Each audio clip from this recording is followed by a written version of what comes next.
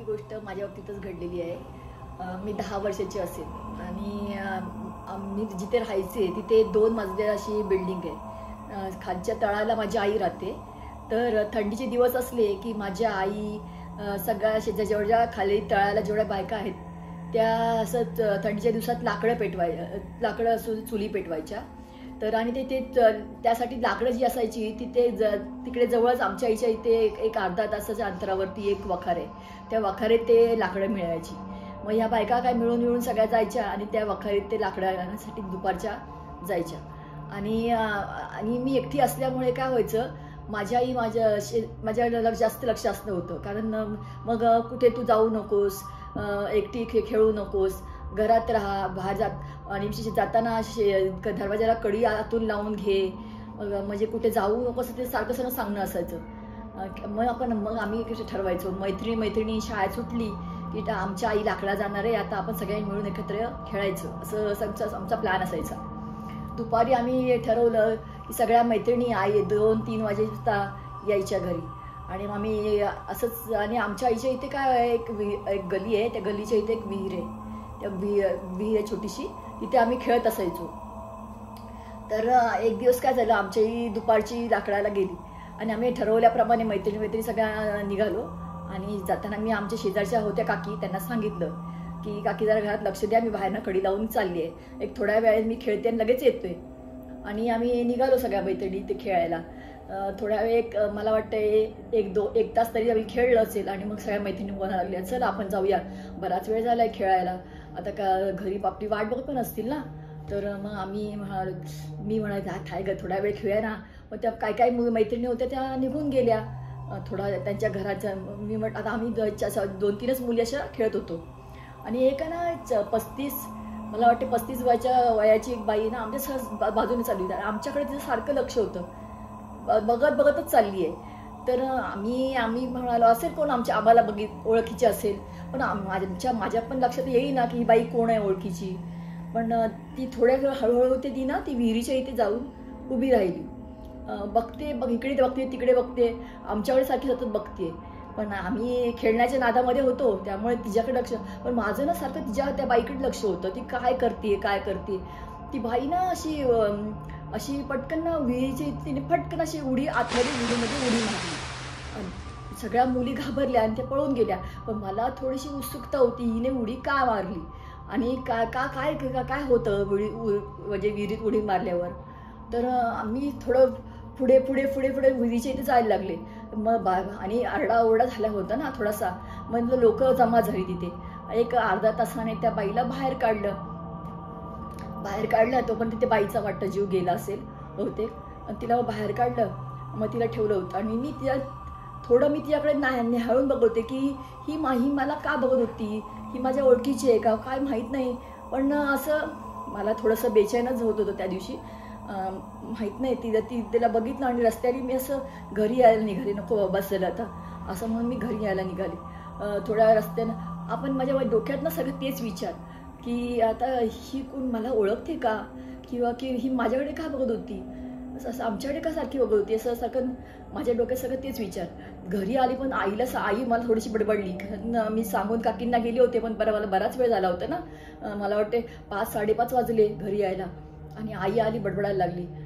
तरी मी आईकडे माझं लक्षच नव्हतं त्या आईच्या बोलण्याकडे की आई काय बोलते मला. माझ्या मनात ते विचारच चालले होते ते बाईचे.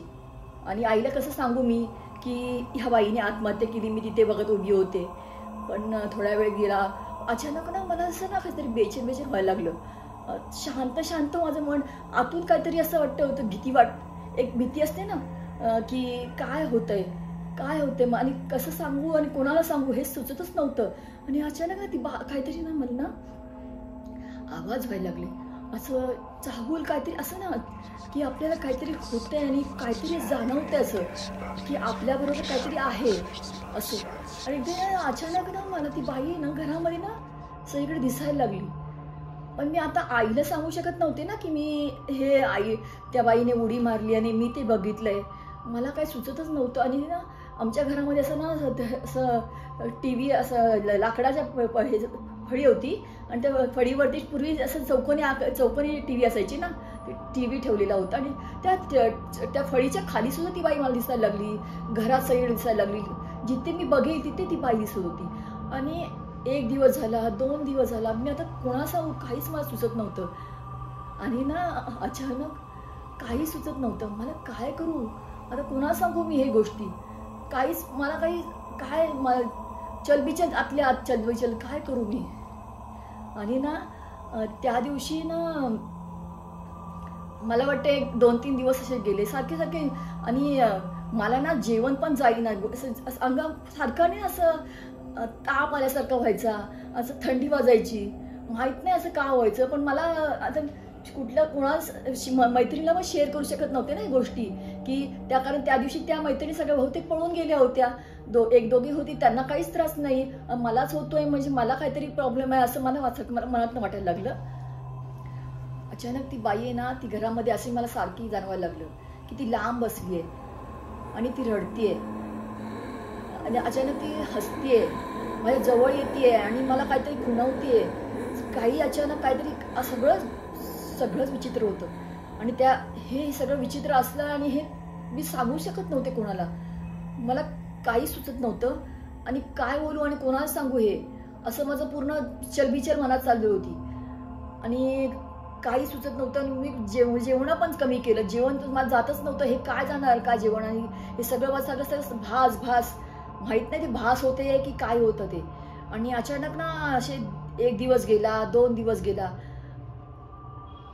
काहीच मला सुचत नव्हतं काही. आता मी शाळेत जायचं पण घाबरायला लागले, घरात राहायचं. आणि हे ना मला घरातच जास्त हे फिलिंग होत होतं की असं मला सगळं जाणवत होतं की ती बाई येतेय, जवळ येते, हसते, रडतीये आणि अचानक ती केस मोकळे सोडलेली, असं काही विचित्र सगळं.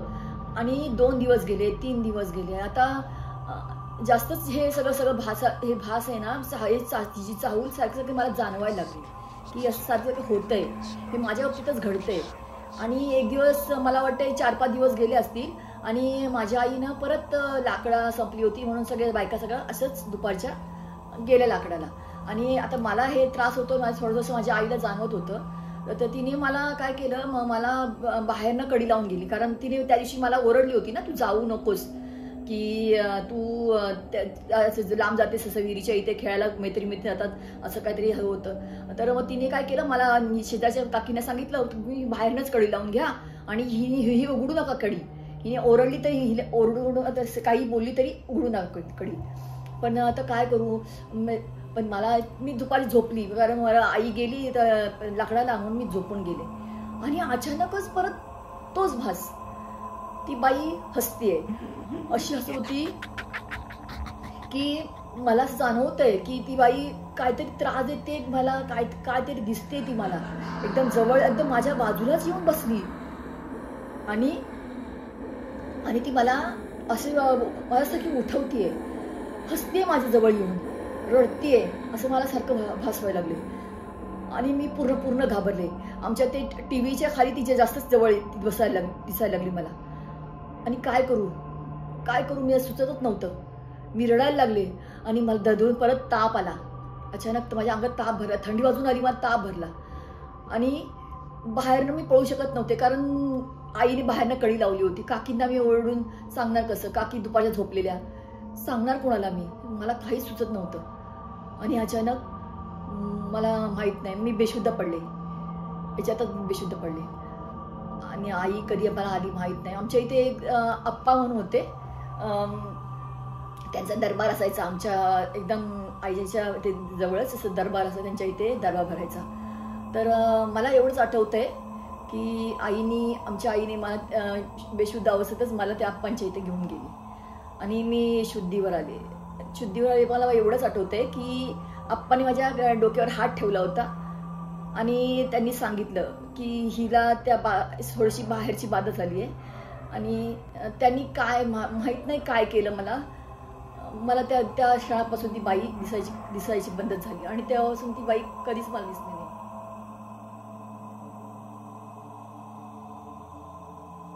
तुम्हाला असे आणखीन व्हिडिओ पाहायचे असतील तर आपल्या चाहूल यूट्यूब चॅनलला सबस्क्राईब करा.